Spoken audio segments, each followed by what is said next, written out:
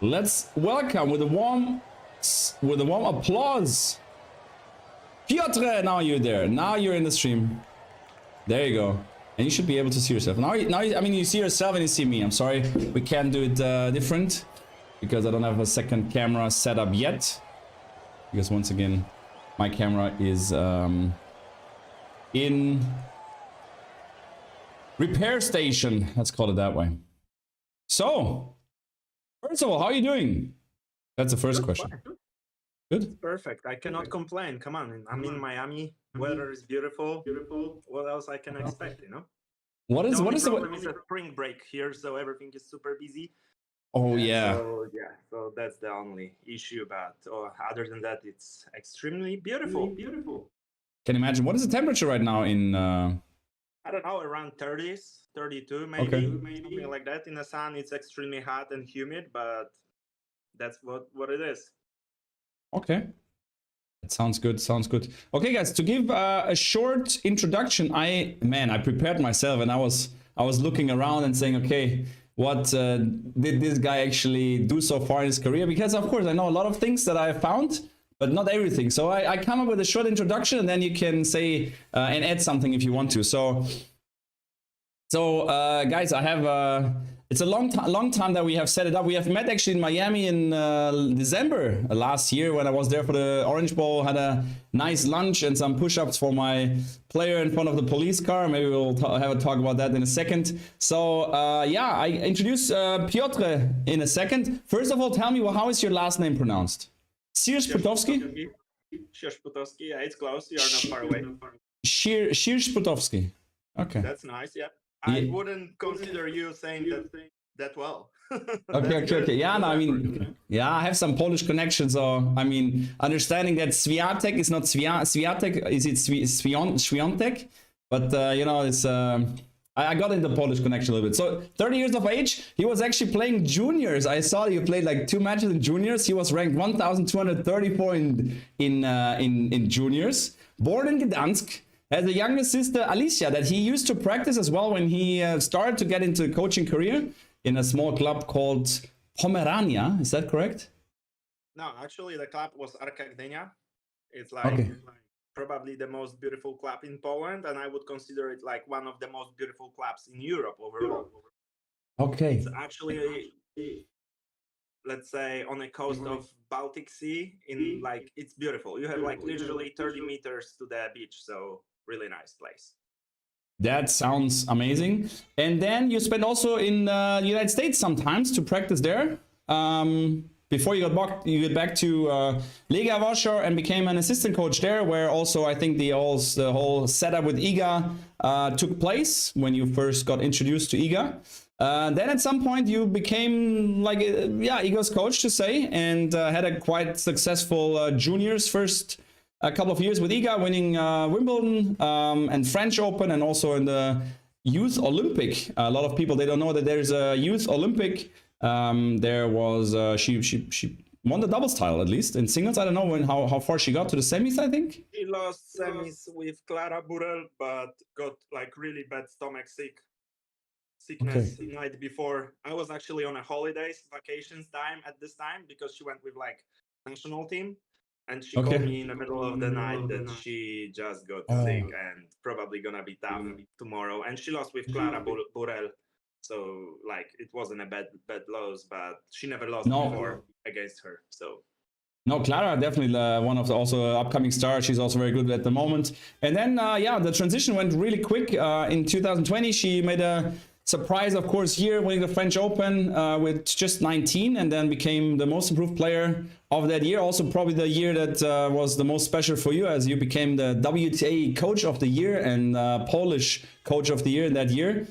And and I found a quote that you put, which is interesting, but we, as I said, we talk a little bit about that later.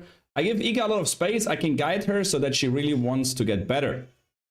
Then after 6 years, 2021, Iga and PIOTR decided to split each other, and then PIOTR went on to be a commentator at the Eurosport, I was watching that, but I didn't understand the word because it was in Polish. So I was just seeing Piotr speaking, so I'm gonna commentate for you in English too.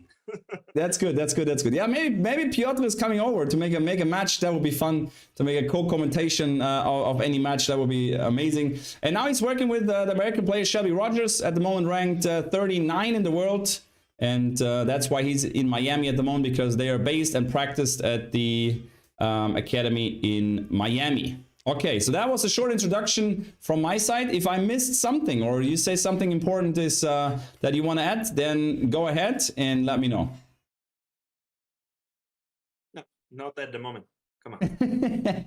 Not at the moment. So people asked me before, like, who's that guy? Like, where did you met him? How is it possible that you meet that person?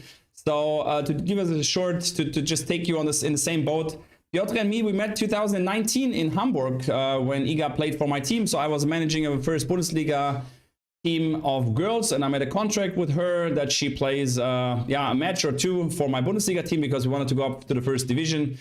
And then it was a tough struggle. I texted to Piotr, and we didn't know each other at that time. I said, hey Piotr, it's somehow possible. We need her for that day. It's a signing match in Hamburg. And Piotr says, yeah, we're trying, we can't guarantee. And that's always tough with the pros, because they have their schedule, and then the Bundesliga is not the most important for them, especially if they're, of course, on the rise. And Iga at that time was already about, I would say, 60 or 80 in the world. I think she was around 100, because I remember we just finished Indian Wells and Miami. She lost in last rounds of qualies in both. Okay. And we had a, let's call it, clay court preseason in Moratoglu Tennis Academy in Nice. And from there, we came directly to play a match on Sunday. Like, it's supposed to be day off, but we decided to play a match. Come on. And that was the best decision of his life, because we had a great time there. Was a good match. Finally, we won. Of course, we won the match day. We went to get up to the first league, and then from there they were flying to the French Open. So flying to the French Open right after that match, and I was actually also, after I had another Bundesliga match, I drove down to the French Open and was joining the match against Simona Halep in the fourth round, I think that year it was, where it didn't work out that well. Let's keep it short. Okay, but tell me what happened next year exactly at the same round with Simona Halep. I think exactly. That was faster than Simona winning with her year before. Both of those being like fourth round, but that was first time she played a main draw like Grand Slam straight away from a first round, not from qualis. So yeah, that was a lot of stress for her against Simona. I can imagine. So that's how we met each other. And then, as I said, I'm still in contact with him here and there. And of course, Iga made his rise, or her rise, with him together. So we were still kind of in contact. And I want to take you through like the first couple of stages, how it all started and where we are right now. And then, of course, coming to the Q&A question section, where you guys can ask whatever you like in the end of the talk. And so we just started at the beginning. So Piotr, tell me, like, there's also some stuff that I don't know about you. So how did you get in tennis? Were your parents the ones that brought you to tennis? How was the first touch with tennis? And take us on that first couple of years in your life. Yeah, I think like that was because of my father, who was working for a huge corporation, worldwide corporation. He was actually in national team judo when he was young, but he said, like, I've been practicing, let's say, I've been like involved in judo life too, but until 12. But he said in a corporation, everybody plays tennis. So it's good way to have good interactions with people who works at the highest level of business, let's say. And he said, like, okay, let's try tennis. And we started doing it, and I wasn't like pretty sure that I want to be a tennis coach at this time. I preferred judo over tennis, but in the end of the day, that was the decision to commit to tennis 100% when I was 13 years old, and that's how it ended up. Nice. So you did judo quite well, or for how long did you do judo? I was like, I was in the tournaments under 39 kilos, so you can imagine that wasn't the level we are talking about. Okay.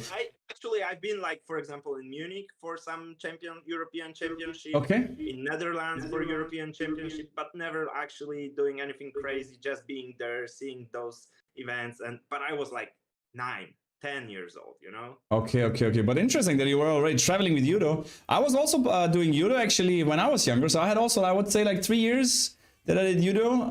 And I would say it helped me a lot for also like the body knowledge and the kind of the movements that you do in judo. I think that helped me also in other sports, and also like, yeah, just if you fall down, you know how to roll and how to fall without being injured. I mean, nowadays sometimes it's because I actually never like fully stopped. I've been going, you know, to the judo hall like every once in a while, once a week, or we had like judo together with kickboxing, which was called MMA. So I was involved, and let's say that kind of fitness all the time. So yeah. Yeah, that's definitely true. And we see a lot of pros also doing some boxings and doing some like kind of these workouts with like the not MMAs, but really like just taking boxing gloves and doing some boxing movements. It's very, very exhausting, and I see a lot of coaches doing that in off season. So yeah, then you started like more or less coaching because you never played yourself professionally. How did that come up that you said you want to be a coach, and like of course also with your sister trying to make her better? Like I would say that I had too much tennis when I was young, when I was teenager, because I had to play with my sister on the weekends, you know, like as an older brother. Her friends been coming, like their parents been coming to me and asking if I can hit with their kids. So over the weekends I was earning money to spend it through the week in the school. So it was actually pretty early when I started, because I was working at the club as an assistant coach when I was already 15. So I was helping with lessons and everything. So when I was 19, when I finished like high school, I was totally against going tennis pathways because I loved playing tennis, but I didn't enjoy being so much time on the court. So I decided that I will study economy. I always been like really into teaching people. So I wanted to go like HR. I wanted to, you know, work in human resources. I wanted to teach people to find a pathways for them. So teaching is actually what I like to do. It doesn't matter if it's tennis or whatever. So, but then after a year or 2 years in the university, I got an offer from Legia Warsaw as a coach. Do you want to come? Because we want to bring your sister. She was like at this time 13 years old, so no option to go by herself. So I'm like, it's the first option to leave parents' house. I'm 19. What else you should ask? You know, like I'm ready to go. I'm committed. Let's like go. I know I will find a way. And actually, I found it really, really entertaining being a coach full time.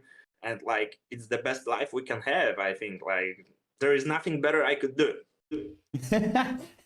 I mean, yeah, I wouldn't complain. I mean, of course, there's parts that you don't like about the job, but that's I think in every job like that. But yeah, we're being outside in the fresh air, kind of enjoying. If you enjoy coaching, if you enjoy teaching, it's great to teach these kids and also adults and just having their smile if they learn something. Of course, that's very, very pleasant, very, very good. So how much is the difference between you and your sister age-wise?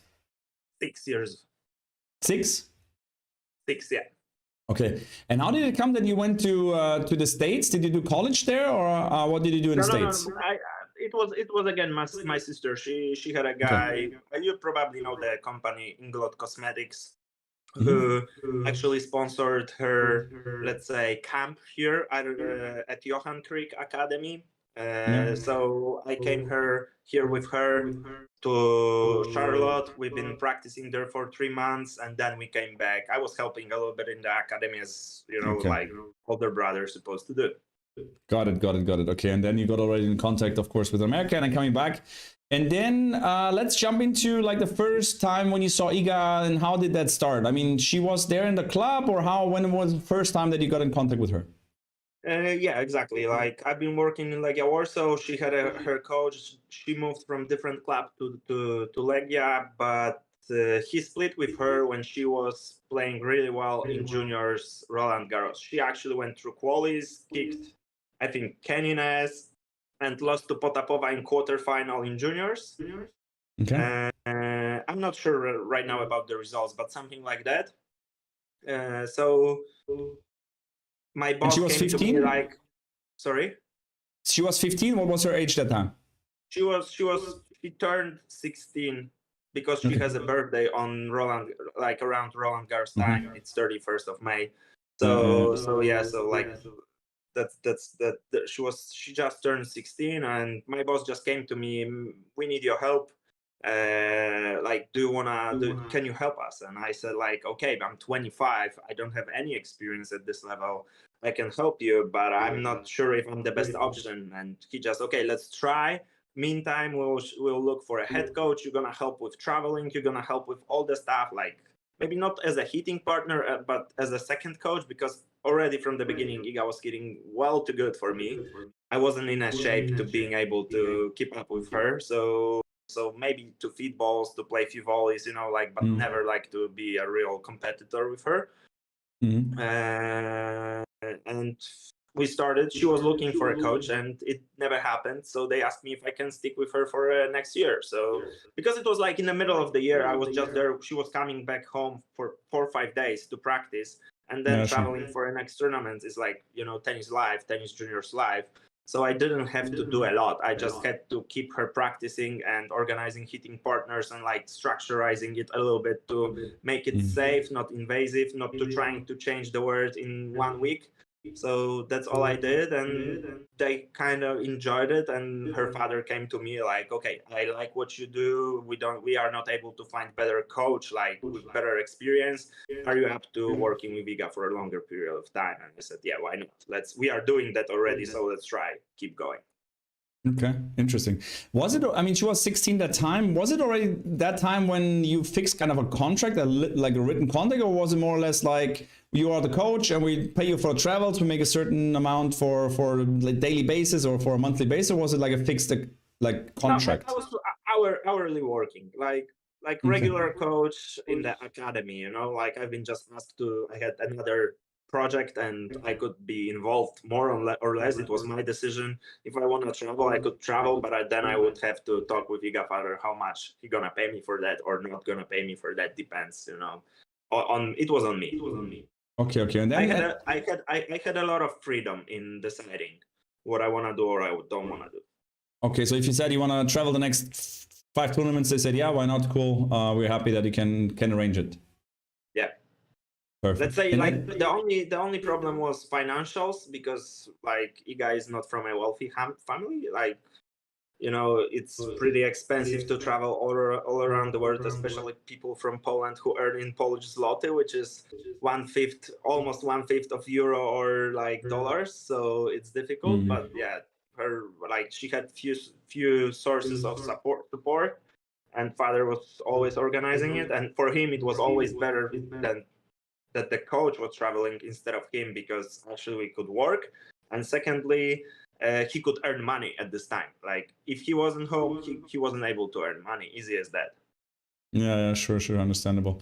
So then you went through some junior tournaments with her, also of course to the junior slams. I would say I went only through the junior slams. I never actually traveled with her for any juniors tournaments. We started at 10K in Sweden, in Stockholm.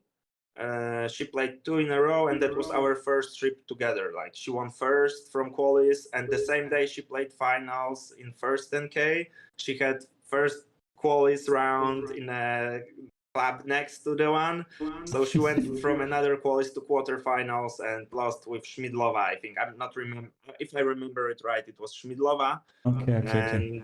But it was like pretty successful, because she asked me how to get on the list, ranking list. I said like, you just have to win, and she was like, yeah, okay. And she went and she did it. So that was simple as that. But you didn't enter the tournament, because normally if you play the final, normally you get a special exam for next week. She had exactly 0 ranking, so that was like a wild card or ranking, no ranking alternate. So we had secured wild cards, but they were like free spaces in a qualis. So you just could go and sign in, and you would be alternate on side, you know. So that's what happened. So she couldn't get to main draw because she wasn't actually in qualis at this time. Yeah. Okay, understand. Okay, and then she made of course that run up very quick through the like 10Ks. How many 10Ks did she play actually in her life? Like probably not too many. I think that was that. Like, of course, because then they convert 10Ks to 15Ks. Yeah. So let's say she was injured next year. Yeah, she was injured at 25K in Warsaw, and she couldn't play for 7 or 8 months. And then we came back to play 2 more 15Ks in Sharm el Sheikh, which again, she won first, did semifinals in second, and like there was no reason to play more. We started playing 25 and 60Ks actually in US because Iga wanted to get into Roland Garros Juniors from WTA ranking. So you have to be top 400, I think, or top 500. No, top 400 and 300. I remember that there is a difference that you're getting wildcard to qualis, or you not wildcard, but like entry to qualis or entry to main draw. And she wanted that entry to main draw. So there was a goal when we came to US. We had 5 tournaments in a row to play. We could pick whatever we want to play, but we wanted to collect 100 points. And it was 2 25Ks and 2 60Ks. So we had to do 100. Iga played 4 of them, won 125K, and did that 109 points after, and she was like qualified for Roland Garros. So that was the goal. Yeah, no, for a lot of people, they don't know if you're a junior, if you're under 18 and you have a certain WTA ranking, you get into the Grand Slams in the junior Grand Slams, because if you're that good, you don't play junior tournaments. Makes no sense to play like under 18 tournaments because they're just like maybe 3-4 tournaments in a year, of course the slams, and then maybe 3-4 super category tournaments where you really get the best players out there, but there's not the competition. If you win already on the 10-15Ks and you get the 25Ks and you're doing good, makes absolutely no sense to play the juniors. And then the Grand Slam said, okay, if you're that good that you're already like top 400, I also don't know exactly, but I remember also top 500. It's top 400, yeah. Top 400, and then you are able to play the junior slams with your WTA ranking, kind of. So there's regularly actually girls that achieve that. I mean, now, okay, Fruitoas, they don't need to play the junior Grand Slams anymore because they're already that good playing the mains already. But there's every year there's like 1 or 2 girls that achieve already a good WTA ranking, don't make it to the Grand Slams from the women's, but still making it from the juniors. So yeah, actually, it was like just a goal to win a slam, and it was honestly, we said it out loud. The goal is to win a junior Grand Slam, not to collect juniors points or whatever.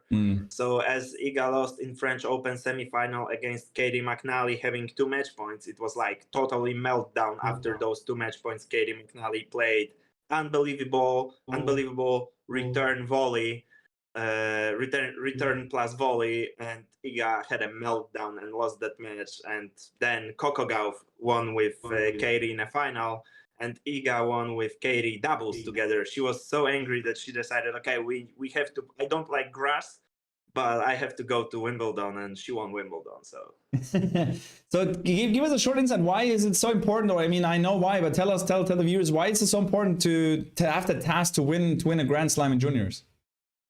I think like winning is the thing. Maybe it's like commercial, maybe it's marketing wise, that is like the easiest way to get news around the world that you are a good player. But I would say being in the Grand Slams, that makes a difference, because when Iga played second time Roland Garros in a WTA event, like ITF, I'm not talking about juniors, Grand Slam event, it was already her, I think, 5th time on site. So she knew everything there around. She knew where to walk. It wasn't like something new for her. She was there already for many years. And then you have players who are actually your age, who are doing well too, and who are around and who are winning matches, and you see them winning. So, you know, it's possible. It's not something that far away that you have to work for another 10 years. It's like achievable quickly. So it's like support group, which maybe it's not supportive per se, but they are doing well. So you're trying to catch up to them. Yeah, 100%. The same thing that you talk about Grand Slam also happens on lower rankings. So if that from 10Ks to the 25Ks or 25Ks to bigger tournaments, a lot of players, of course, if they're not called Iga Swiatek, they struggle sometimes to get to the bigger tournaments and believe that they belong there. So, but the more they get there, the more it's like, you know, they play doubles, they win against good singles players, and then they feel like welcome there and they feel comfortable, and that's what it's all about, to feel comfortable on the tournaments, and then because then you walk there. I mean, the final, where's the final played? Is the final played in Châtrier? No, at this time the final was played on court number 1, which is not existing right now. That was the oval court. Okay, On the side from Philippe Châtrier. It was beautiful court, really good size for juniors event. It was full for a finals. It was full for doubles final. It was really good. It was really good court for the smaller events like legends, like, you know, like mixed doubles, like juniors. That was unbelievable court for that. Yeah, okay, got it. But of course, they got to see the center court. They of course got to see the good matches as well, because the junior slams, for those who don't know, the junior slams is in the second week of the pro slam. So they see the second week. So let's say quarterfinal till the final is in the second week, and they can also attend to watch these matches with some like a little bit like, how to say, of course, you know, some coaches there, but also you can apply and ask for tickets, and if you're lucky and there's some available tickets. Yeah, on contrary, in Wimbledon, you play on center court. You play with royal family in a box. So it's like, it's the same feeling as you play normal Wimbledon final, you know? So its stadium is full, it's packed. I'm telling you, it's packed when you play final. Sorry, it's not actually center court, it's court 1, but the size of court 1 and center court is the same. It's not like it's bigger or smaller. It's like 500 people difference. And it's people are waiting because they want to see good juniors playing in Wimbledon. And Wimbledon is a different story as we are talking about Grand Slams. That's crazy. Yeah, that's still interesting. And of course, they know also the winner of the Wimbledon, most likely you will see them later on at some stage. Of course, there's here and there like Grand Slam winners that you have never heard after in the Pro Tour, but most of them. But you like this is why you want to win that, because then your percentages of being successful are getting bigger, because 1 out of 3 winners from Wimbledon juniors getting to, I think that was to top 20, second, third of them like getting to 100, and okay, 1/3 are not getting anywhere close, but yeah, 2/3 of players getting to 100, which is already like a good symptom. So you can predict, okay, I'm on a good pathway. I'm doing well as my, you know, prior competitors. Let's go this way. You can believe it more when you know that somebody did it that way. That's interesting. I didn't know about the stats that the Grand Slammer, the Grand Slam like winner gets like to the third gets to the top 20, another third gets to the top 100. If I ask you right now, who from top 20 won juniors Grand Slam, tell me. From now, like women, yeah. Oh, that's a good question. Juniors, I'm not too good actually. I don't know much. I can tell you like straight from my head. For example, Ons Jabeur, she won Roland Garros juniors. Paula Badosa won, I think, Roland Garros juniors. So like, I'm sure 80% of them won it, you know, or at least they've been in the finals. So okay, got it. Like, it's just happening over and over again. So sometimes I hate when people are saying, oh, we have a different path to get to the pro. I think, okay, but you are right now in 10-20% of people who made it. If you're going through juniors pathways, you have 80% if you are good enough, of course. But yeah, sure. your like your percentages is going higher, you know, your probability is getting better because you do actually something which can be really good. I think also with the girls it's slightly different with the guys. Like with that stat, or in general, I think the girls, if they're winning a junior Grand Slam, they're already as good as they can compete on the female tour. With the guys, but show me top 20 men who didn't play juniors right now. I think there is only Yannick Sinner, and that's all. The rest of them compete in juniors, you know. So it's like we can argue about it, but the stats don't lie, and there is only one player out of the 20. No, but you understood me wrong, Piotr. I meant that like if you win the Grand Slam in juniors with the guys, like the 80-year-old Grand Slam winner in juniors, he won't be like in the top 100, top 200 very soon. I think stats are similar. Stats are similar. Really? Yes. Okay. It's like, but like there's no 14 or 15 year old guy ever gonna be in the top 100 in the girls. We are not talking about getting to 100 in 1 year period of time. We are talking about okay. Then we agree. Yeah, then we agree. So it's later. He can be 23 or 24 at the time he's gonna get to 100. But those then we're on the same page. Grand Slam juniors, they are eventually getting there. You know. Yeah. So then we're on the same page. It's just that's what I want to say. It's like for the juniors with the girls, if they win the Grand Slam juniors, they're already like quicker to get to the top 100 because they have already an amazing level. So yeah, that makes sense. So okay, yeah. So that's right. You want to add something here? No, you just thought you were. I'm thinking about Holgen, for example. Did he win juniors? Rune? Holger, Rune. It's a good question. I know he was a very good junior. He won like almost everything, but I wouldn't tell you if he did. But you tell me in a second. That's great. That's why I have you here to use Google. So welcome, Piotr is the Google master. He won French Open 2019. And he is top 10 right now, and he's 19 years old. So of course, I mean, but Rune, that rule we've been talking about, it's about last 15 years when we had top big three. Right now, it will go down again, accessible for young players too.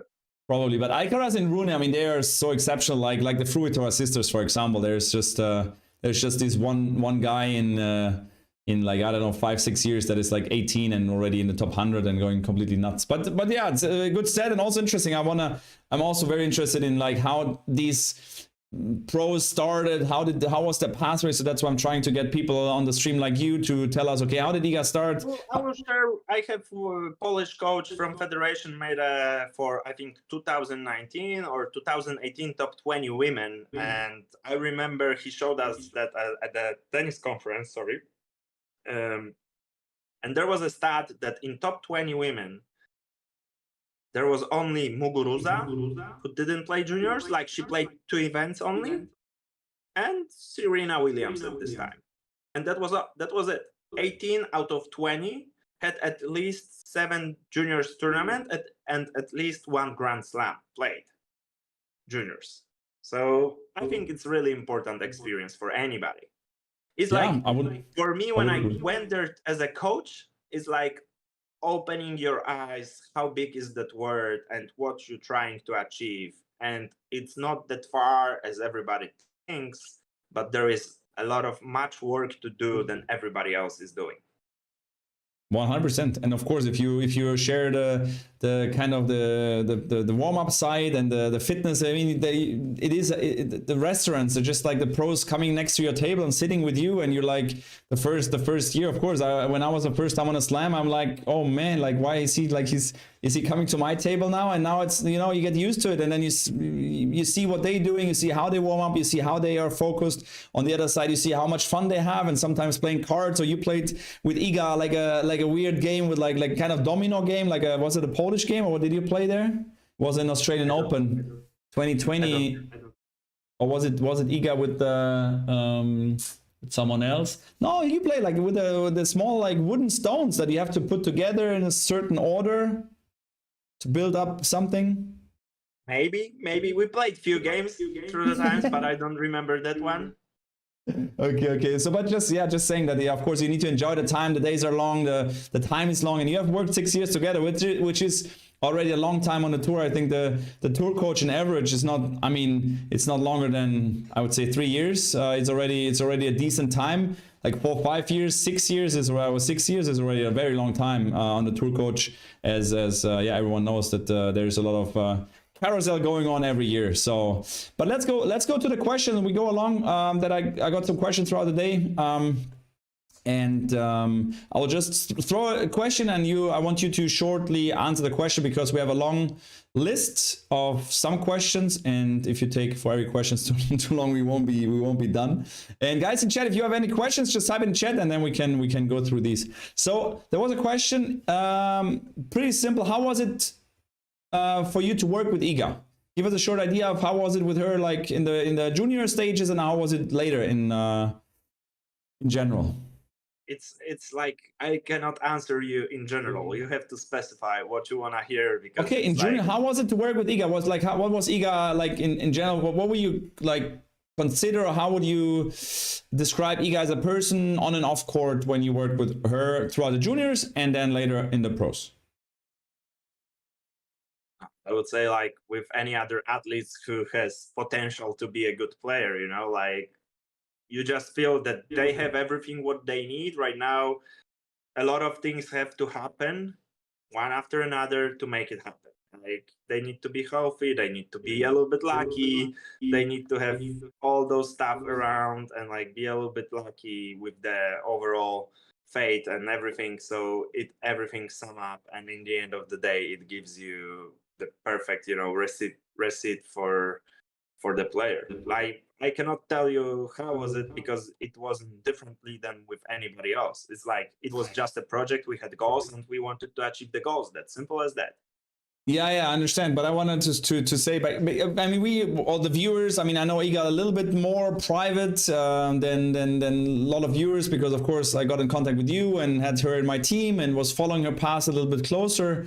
I mean, we have seen her, of course, also like that speech is that she's emotional, that she's even crying when she was in the top 100, and she was like in slams in later stages. Sometimes she couldn't control her emotions. She's working, of course, with a mental coach for a very long time that we also want to talk shortly about. Is that something that you would consider her, that she's very emotional in general, or is that something that just happened kind of on court? I would say, like, what does it mean being emotional? For one person like me, is throwing my racket. For another person, is throwing.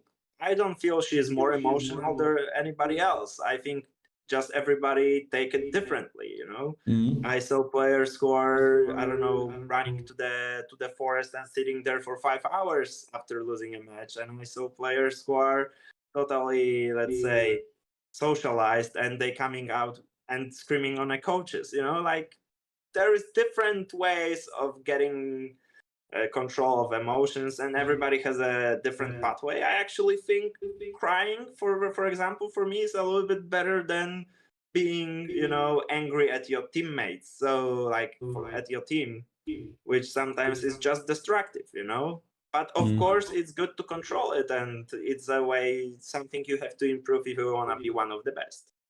Yeah. So how did it come that she was introduced so early with a mental coach? Like, how did that start? Take us on a short road there. I was working with a mental coach with other player at this time. With Iga was a different psychologist. That guy is actually working with Hurkacz. So he was like in tennis for many years with Polish Federation, and he was there, but he was a man, and we've been looking for something more women, you know, like to bring somebody who can talk not only about tennis court, more about around stuff, life, and everything. So that was it, and Iga asked me, "Oh, you work with her, with another athlete? Can I try?" And that was simple as that. I said, "Yeah, why not? If you want to, let's try." Got it. And ever since then, I mean, she's traveling to every tournament, right? She's like full time with her and full time taking care of her, right? Still till today. That's what I see on TV, the same as you do. Yeah. So talking about like the difference of Iga, like coming back shortly to that question, like what changed? Like, of course, then 2020 season was crazy. Of course, winning the Grand Slam. Like what came? Like what happened to you? What happened to her? What happened to you as a team? How did that affect your work, and how was it? Like, was it different, and if, then why, and in which way? I think like that was COVID year. She actually had her. You have the same in Germany, I think, Matura exam, like when you have to finish the school. So I remember. So she was at school. You remember that she was practicing no more than 1.5 hours a day on court. And in COVID time, actually, she had a time to catch up on school, didn't play tennis too much, just twice a week, 3 times a week, just to have a racket in her hand. she finished the school, and after finishing the school, we still had like 1 or 2 months of preparation to US Open, which was first tournament in COVID, like the Cincinnati event, which was in New York, and then at the on Flushing Meadows as the same as US Open. And she was prepared like never before. Like you could see she was ready to win any match. But it was just too early for her. That's my opinion. It was just, it wasn't step after step. So she actually made it step after step. She made third round of US Open, lost with Azarenka in a tight match. And then we went to Rome when she didn't feel good, no confidence. And I think that match with Arantxa Rus was really important because she was like forced to stop thinking about, okay, I'm prepared well, I should perform well. She started to think, okay, there is nothing for free. I just go on the court and compete. And Roland Garros was like, we knew that she is prepared extremely well. We knew that what she can play, she could play at this time. It was like, that spark you could see on a court. It was 10% better than the whole year before. So you could see that she's ready to do some big things. And then she wasn't able because she was a little bit paralyzed. It wasn't just the time for that step. And she went on Roland Garros' side and she felt those chords and she felt like everything is getting in, like I make every single ball. Why not to win this one? And then match after match, she was playing better and better. That makes it easy, and then winning a slam that way, that's that's very, very simple. But how did things change for you as a coach, or did was it different? Of course, I mean, with a slam win, of course, there's a lot of media, everything is coming on you. Like how did she change? Did you change as a person, or as a in a way that affected the practice or the relation between you two? No, I don't think so. I think it was like really constructive, and it was really good time after, not because she won, but because we had more resources to go further, to do more, to practice more, to do stuff better and better. Because before it was like she was 80, 70, 60. It's still the stage in women tennis where you make a little bit of money, but it's not like you can afford a lot of things outside of the normal budget. But when you win a Grand Slam, it's like there is no reason why you shouldn't invest in yourself after winning Grand Slam. You have 100% to do this, and you have all the resources. If you go even, I don't know, you want to do camp in a warm place, you are not talking as somebody who is unrecognizable. You are talking as somebody who won a Grand Slam, so they will always help you. People will always find a way for you because you are Grand Slam champion. 100%, 100%. What was the most difficult moment and the happiest for you during the coaching time with Iga? I don't know. Like maybe that's me, but I think that's how we should live. That life is really tough. We travel a lot. We lose every week. If you win, you have to be Iga to win 10 tournaments in a year. But there is only one Iga, and the rest, how many tournaments can you win? 4 maximum. If you are top 5 player. If you are not top 5 player, you win maybe 1 tournament a year. If you are not top 50 player, you don't win at all. So every week you're losing. So I wasn't ever extremely happy about winning. Of course, celebrating those big wins because you have to celebrate them, but not being actually sad when you lose easy match which you're supposed to win, because it happens. Of course, we have to take the lesson. We have to go make next step. We have to improve something. You have to have that anger in you inside that you could do something better. And I'm not talking about our players. I'm talking about us coaches. First question I'm asking myself, what I could do better to prepare my players better. It's not about them. I found out after few years on tour, and I think it's pretty quick because I'm still young, that our athletes are doing exactly what we ask them to do. And I don't believe in anybody who is coming to the tennis court and is willing to practice that they are doing something against us. We just doesn't know how to, we just don't know how to communicate it well and how to show the good way to do this. So I think it's if I know how to work with them, they will work the way I want.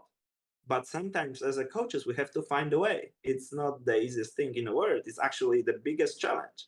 But many times we as a coaches, we are totally, I would say, not taking the blame, not taking the, like the risk. And we are too much when we are winning and too little when we are losing. And actually it's our job to be constant, to know what the process is.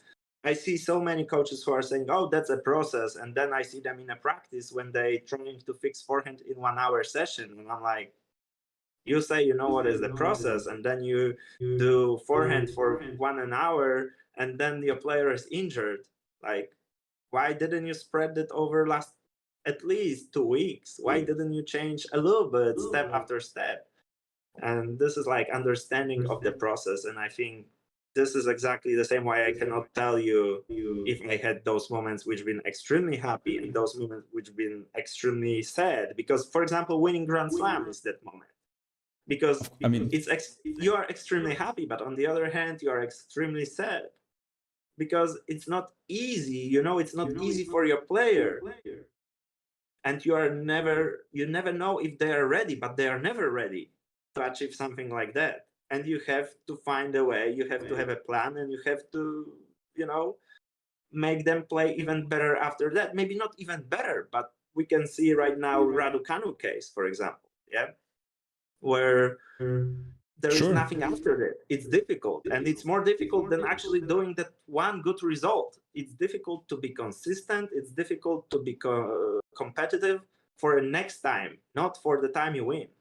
100%. Did you feel the pressure, like when she won the first slam? Did you feel the pressure? What came after? I mean, obviously she felt some pressure because for her that time was also like she was struggling. But did you feel also a lot of pressure because everyone is now looking at you and what you're doing on the court? There's like more people coming to the practice courts and everything. I understand the question, but I would say if there was no pressure, that job would be boring. But I feel like that's why we do this. We have all the emotions from happiness to the sadness in one day, even on coaching side. And I think that's what makes it so interesting. There is nothing else. That's what makes it 100% addicting. I would even say it's a drug. It's nothing else than drug. It's dopamine level going high and low.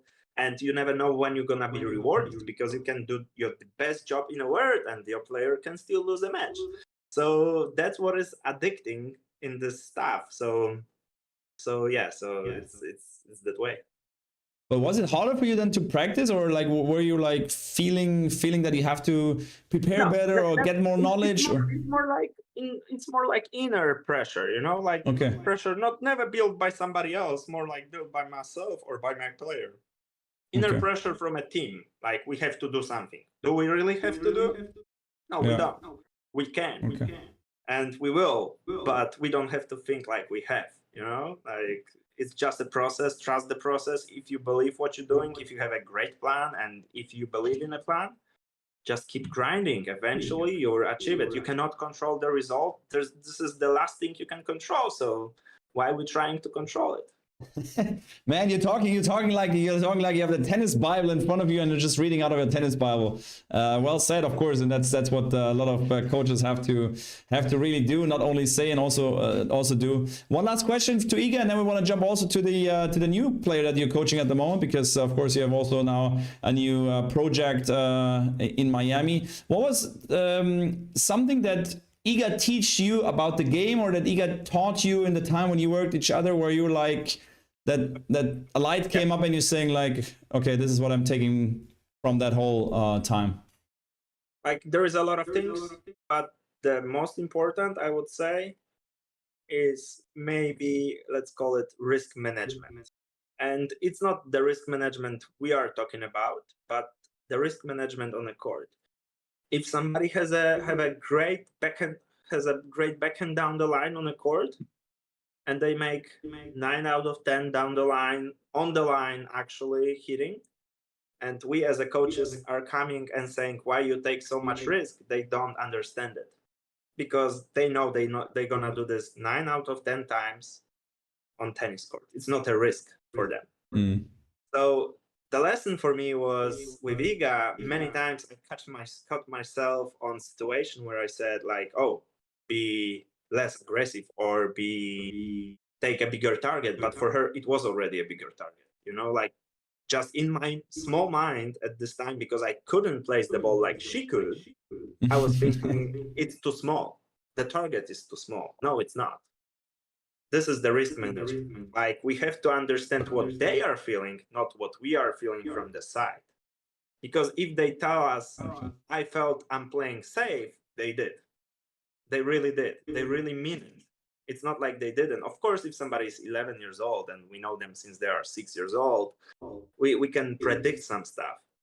But we always should listen to the players first because they know what they are feeling. It's only how we make them communicate with us about those feelings. Very interesting. Yeah, very, very good. That's also that I just see myself as my coachings that I had with the players, of course, not in the very top level, but also, of course, the guy that I was traveling was top 100, and with him and also with the players that I've worked with, I can understand 100%, and I can just say this is 100% true and 100% very, very important. That's also the difference, as you said, like from a very good coach to the coach that is not really understanding the whole process and believes to get his self view a little bit better in there. So yeah, 100% agree. But now jumping over to your other player, Mrs. Rogers, that you joined. When exactly started with her? We have anniversary right now. We started exactly like it's a year plus 2 weeks. So we started before Doha last year. Okay. We did 2 weeks of practicing because Shelby had COVID at this time, so we couldn't go to Dubai. We had to do a few days off as she was quarantined at home. And then we went to Doha, which she didn't play well because she didn't practice that much, and she was sick before. So yeah, but that's actually an anniversary. Okay, nice, very, very good. And then just give us a short insight of course, every player is kind of different. Did you manage to understand pretty quick, like what was it all about with her, and was it way different? I think I still don't understand, and I would say after 6 years with Iga, I didn't understand a lot of things neither. Like it's not something crazy. Everybody is different and our mind is different. We don't need to agree on everything what we do. We just need to trust ourselves, and if we see that something is improving, that we should stick to that and look for even better opportunities to put our athletes under stress so they are improving. But like, of course, beginnings are difficult, but at the beginnings you can make a lot of difference because there is fresh energy. There is like, if the player is taking the decision to hire a new coach, they feel way better because they took the responsibility to hire a new coach. It's not like somebody hiring the coach for them. So imagine your good decision in a grocery store when you buy a good I don't know, bread, and you're happy at home that it was tasty. You're happy, you know, you feel it even better because it was your decision, not somebody else. So I feel like that freshness is always like a good spark for a good results at the beginning, which gives you a lot of confidence. But then I would say I believe that any results after 6 months of work are the stuff you actually did as a coach. Because 6 months is as little to have at least a little bit of effect on a player. Okay, I see, for example, there is a great example right now, which is Tursunov and Bencic. If you analyze her movement, she doesn't push opposite leg forward anymore. And you can say they work 4 months together, 5 months. But it took him at least, you know, Dima was like top 30 player. He understands tennis pretty well, and he has this like confidence, and he has everything to do this quickly, but it's still 4 or 5 months to make player believes in what you're doing. So I think like maybe for some coaches it's gonna be a little bit quicker. For the other coaches, at least 6 months. Yeah, for sure. I mean, the automatisms, they're just in there, and it's so tough. I mean, even if you're working in a longer period and then you want to change something that the player used to do for the rest of their life, Sometimes it's better to just say, okay, you know what, we keep it that way. We don't change it. We make it the best way possible and adjust it. But to change it is always very, very tough. I have a perfect example of it. The biggest question is if it's worth it to change it. Because I got a question from my ex-player if we can improve the volley overall. And we practice a lot of volleying, not like we skip the part, but I felt that it wasn't necessary to improve it anymore, like to spend more time than we actually did already, because it would be a waste of time. So I asked my analytic guy, Mike, could you check for me, where is she with her volley? And what he came back to me, he's like, she's number 3 in the world. I'm like, okay, so what can we improve? He said she's winning 76% of the points where she is approaching the net. 76%. So only Ash Barty was winning 82, 81, and Elena Rybakina was winning 78, something like that. And I asked myself a question: how many balls you play at the net in the one match? And it's probably around 10. So the difference between winning 7.6 and winning 8.1 is half a point. Do you consider it useful if you have to spend 66 hours on a court in a practice to improve it that 5%? You know, like, of course you're gonna feel more confident. So we did. We actually stick to volley. We actually did a little bit more, but not trying to, you know, like doing everything else less. So we actually added a little bit more just for the sake of volleys. Got it. And last couple of questions, as you're now a little bit more under the radar, because of course with Iga, everyone was okay, Iga, and of course you were next to Iga, and now it's like more, I mean, I can probably feel if you practice on any court in any site in the world, if you practice with Iga, it's full crowded. If you practice with Shelby, probably, I mean, what is the percentage of people that are watching there, a practice session?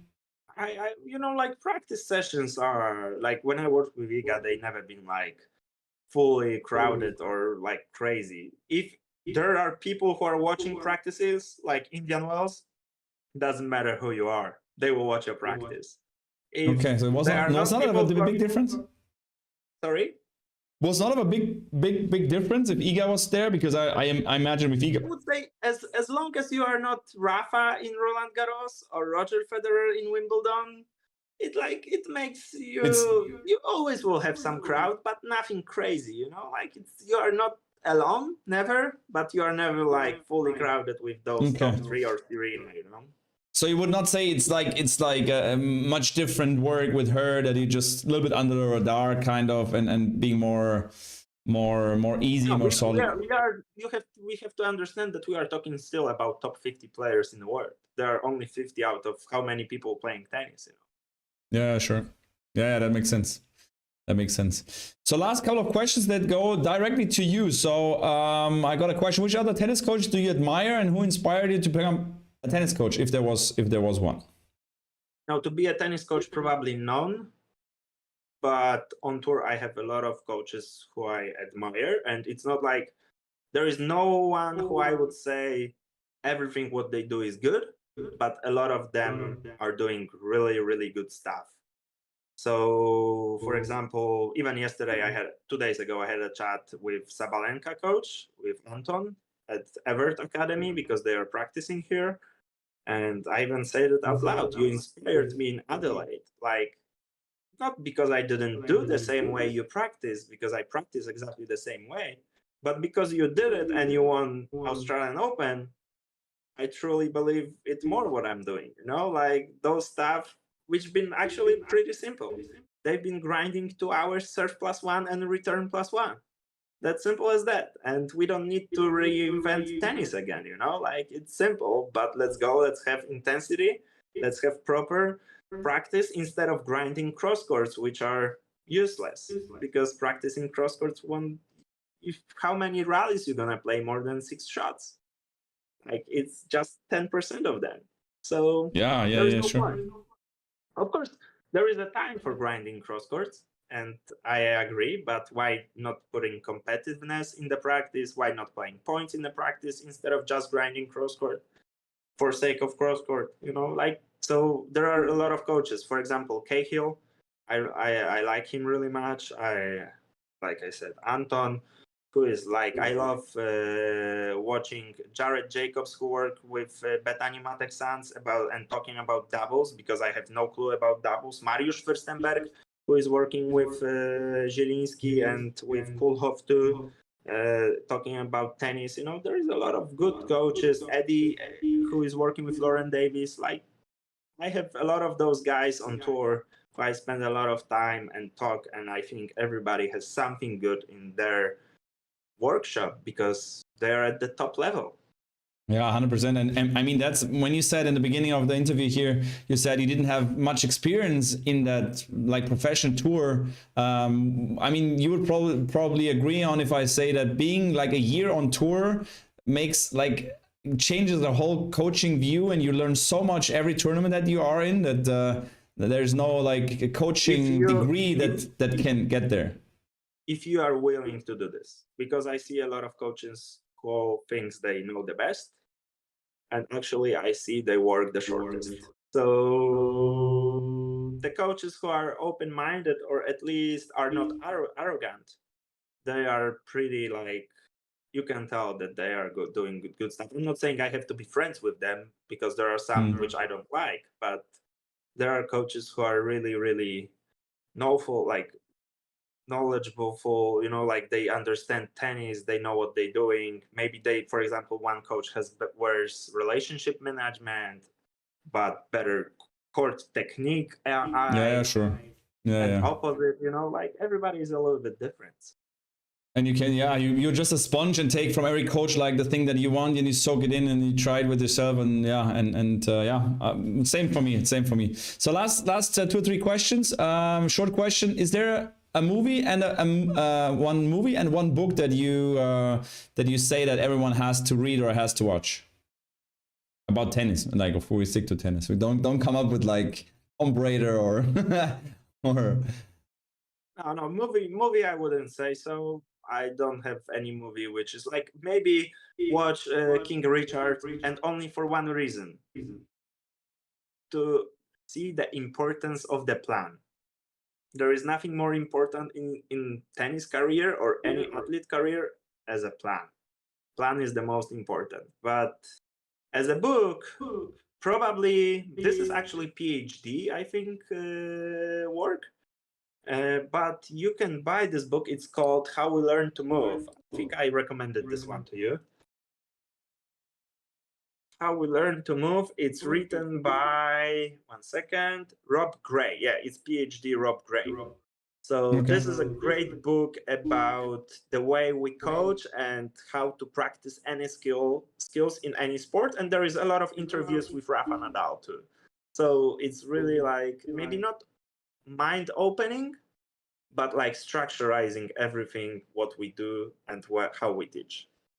Okay, good. I mean, you can send me the link on WhatsApp or in Discord, and then I'll post it in the show. I wanted to post it on YouTube, but I'm not supporting you, so. Nah, you're not a member, no. I'm not a member.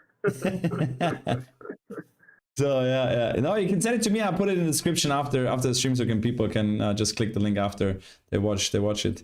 I got a funny question. I really want to know that from you. Which music would be played if PIOTR entering the arena US Open as a player in the final? Which will be the walk-on song? I don't know. Like Gonna Fly Now, Rocky from Rocky. I don't know. Like have no clue actually. Like I cannot tell you right now what would be the song. It would be you like, don't have that favorite song that you're listening to? No, I don't have any right now. Okay. But if you ask me, you know, like in 2 months, I probably would have. You know. Got it. Yeah. So yeah, got it. I like practicing with no music around. You know, I like just being there, being present. Being present. So the last 2 questions from the chat is: did PIOTR discover Grand Slam as a coach alongside Iga? Or did he have previous experience in that level of tournaments? Like, have you been to slams before going with Iga there? As a tourist, yes. As a spectator, yes. But never as a coach before. Yeah. So to the French and Wimbledon, you have been both before You No, went I've with been Iga? only to the French Open, and Okay. that's all. That's all I see. And then juniors, of course, before I went to regular ones, which is a little Yeah. bit different, and you are not exactly in the same spot as pros, but yeah, but still, you are really, really close. Okay, okay. And the last one, is it easier to coach girls or boys? What's your experience? You don't need to answer No, honestly. I didn't have you. Sorry, what the second question was about girls or boys? Yep. Is it easier to coach girls or boys? Okay, so this is maybe harmful for many of coaches who are saying, I don't want to work with women or I don't want to work with men. This is bullshit. And maybe I shouldn't say that out loud, but you just don't have enough skills to do both. I admire all those coaches who did both, who went to the highest level on tour, and who are saying, I prefer working with women or I prefer working with men.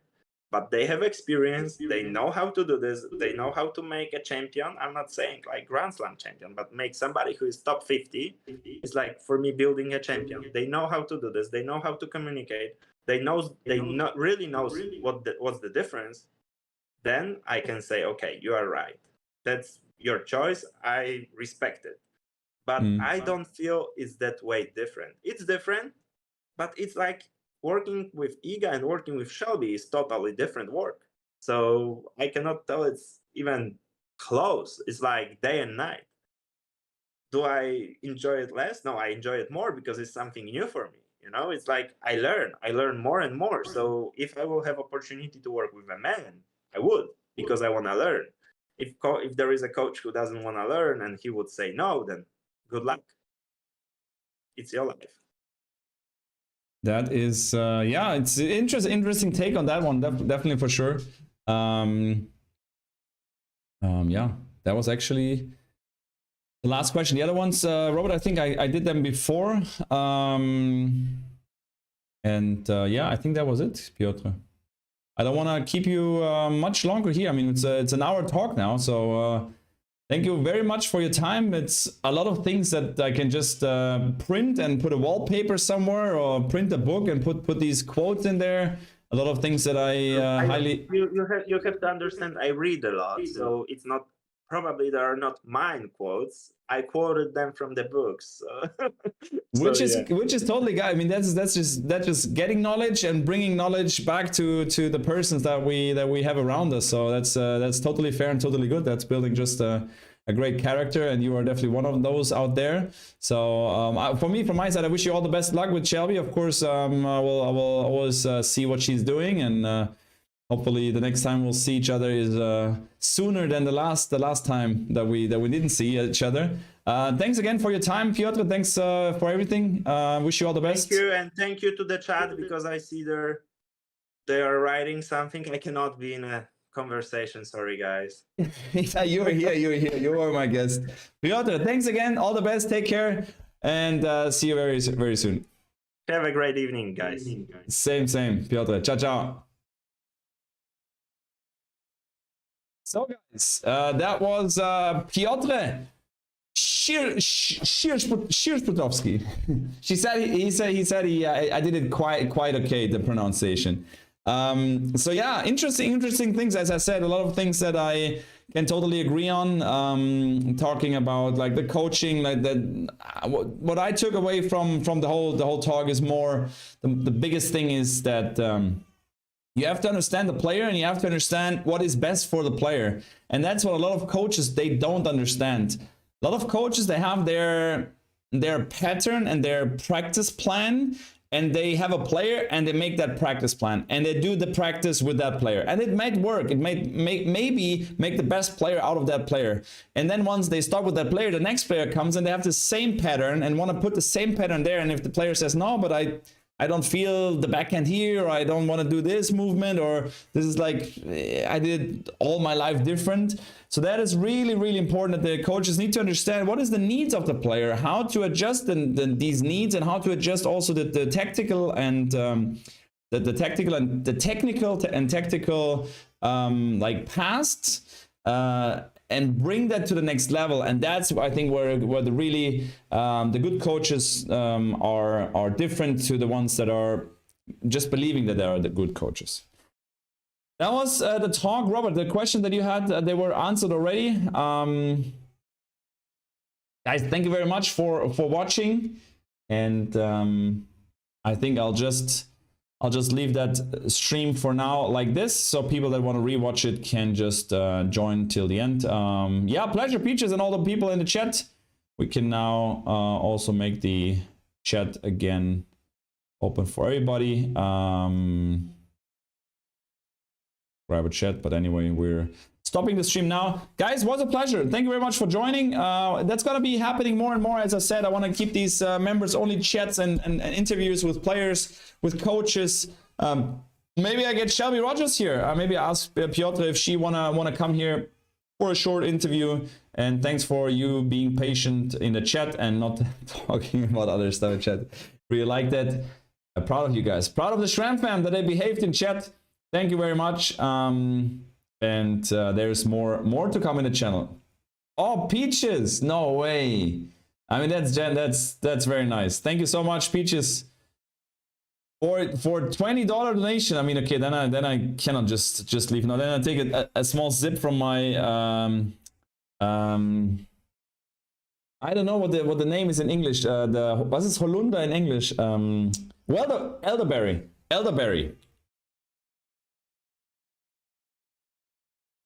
On you, Peaches. On Peaches and a $20 donation.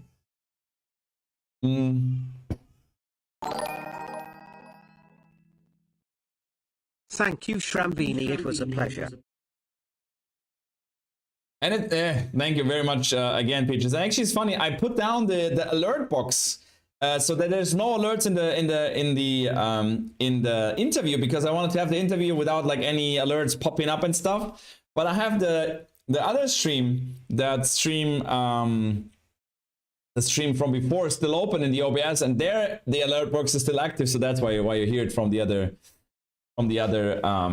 OBS. So yeah, that was I think I took a little bit of like a deep dive into some questions that I didn't know about Iga, about him. I think he gave us a lot of insights also with Iga, and with what he just said, that he was a coach and he was not really into that professional area of the sport.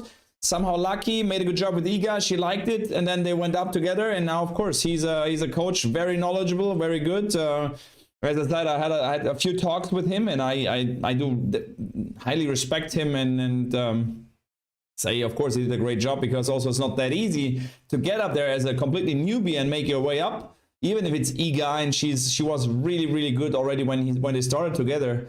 He did an amazing job, and yeah, a lot of interesting insights that we got from him. And as I said, we're gonna keep doing that, and keep doing that more and more to get more of these people in the stream, because I think that's great.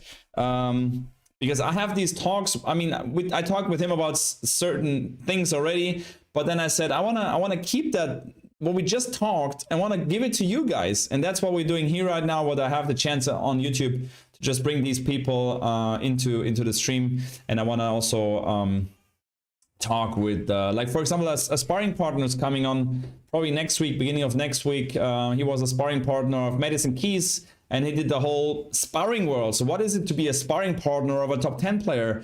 What is how much do you earn? How much is the traveling? How much is the contact to the player? Are you allowed to be like, you know, on the tournament side, or do you have to be on your phone every time she rings and says, hey, you have to go practice now? So you could make some shorts, some shirts with some of his quotes. Shorts, what? Shirts with his quotes, or you mean some shorts for YouTube? Great question. I appreciate his honesty. No, Piotr is a very generous guy, and that's also like I would. I mean, of course, I would also invite people that I don't know at all, but all of the people that came so far in my stream and had interviews, and this is like that kind of interview. I had already, I would say 10 of these interviews with pro players, nutrition coach, a coach about back pain, because I also had like lower back pain, suffering lower back pain. I had a 60-minute talk about lower back pain. So if you at home and you're cooking, just put these videos on there in the interview section. and they're actually quite interesting. Also of a former chairman from Microsoft, Jan Mulfeit. Very interesting interview. I highly recommend to watch that interview. And he's now in the team with Lehečka. So he's the mental coach of Lehečka. He's also mental coach of a very good soccer player, and he's just like an advisor and mental coaching, and it's very interesting topic. He has worked with Bill Gates, so he was the chairman of Microsoft in Europe, I think. So go watch that as well. Yeah, that was actually it. Guys, I'm heading out. It's 8 o'clock here. Still need to work on some stuff, get some things done, and we'll see us tomorrow for the semifinals in Dubai. That's what we're gonna watch together here. Thanks for your time. Thanks for are there coaching meetings and talks, seminars which new and all the coaches attend? Is the tennis coach able to join? No, there's no coaching meetings. Not really. Is the tennis coach able to join a practicing coach and follow their work to learn for experience? Yeah, for sure. I mean, the practices are open in the slams. You can just go there and then take inspiration from the other coaches, for sure. That's definitely possible. So and that's what I said, that's the best way of learning the whole thing, because you're just around on the slams and you see other coaches do these or that things, and at the end of the day, that's what makes you better. So yeah, guys, thank you very much. Peaches, thank you so much for $20 donation. That's very much appreciated. Thank you so much. For the rest, no, nothing more to say. Take care, and I wish you all the best. Have a great day, great night, great morning, and I'll see you tomorrow. As always, take care, and I'm out. Ciao, ciao.